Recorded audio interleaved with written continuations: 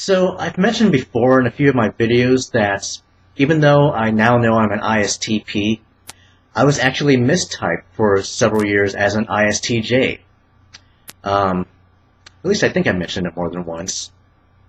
I got ISTJ, was previously typed as ISTJ. I mistyped as ISTJ, got ISTJ, and then ISTJ.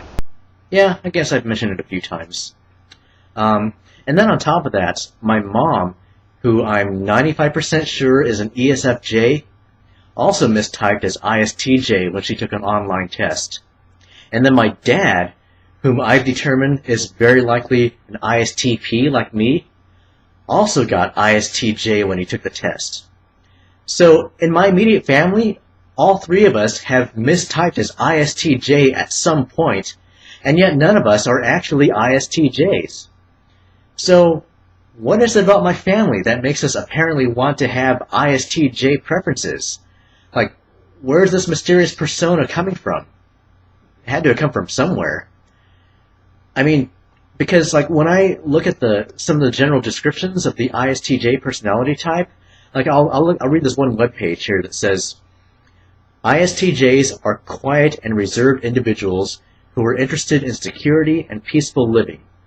They have a strongly felt internal sense of duty, which lends them a serious air and the motivation to follow through on tasks.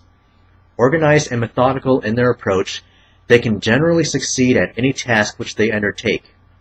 ISTJs are very loyal, faithful, and dependable. They place great importance on honesty and integrity. They are good citizens who can be depended on to do the right thing for their families and communities. I mean, these are all qualities that I was taught to value as I was growing up, and I'm just guessing that my parents were taught these same values by their parents. So the question is, who started perpetuating this notion in our family that these ISTJ values are universally good qualities that everyone should live by? Is it a cultural thing? Like, does Japanese culture put a really big emphasis on these ISTJ common traits so much that my grandparents and great-grandparents just kept passing them on after they immigrated here? And the influence was just so powerful that it survived all the way to my generation?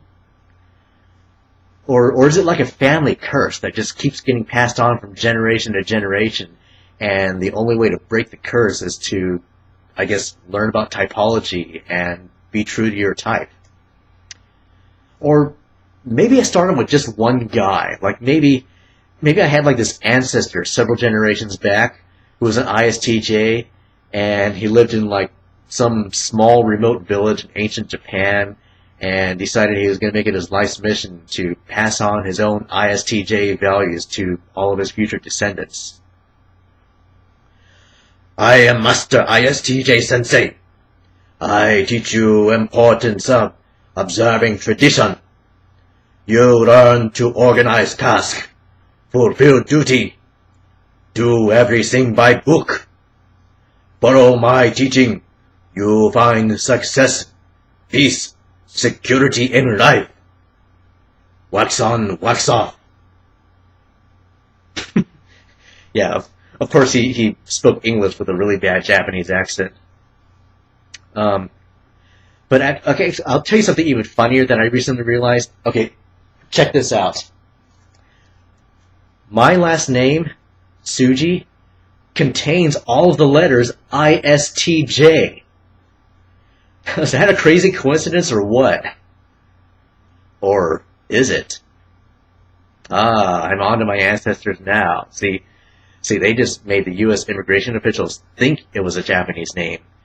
But really, it was just a secret code for ISTJ. It just mixed the letters around. No wonder it's so hard to pronounce.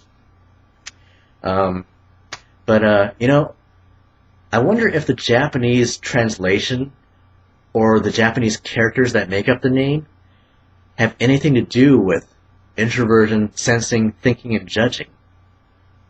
I don't know. I don't know Japanese, so I have no idea.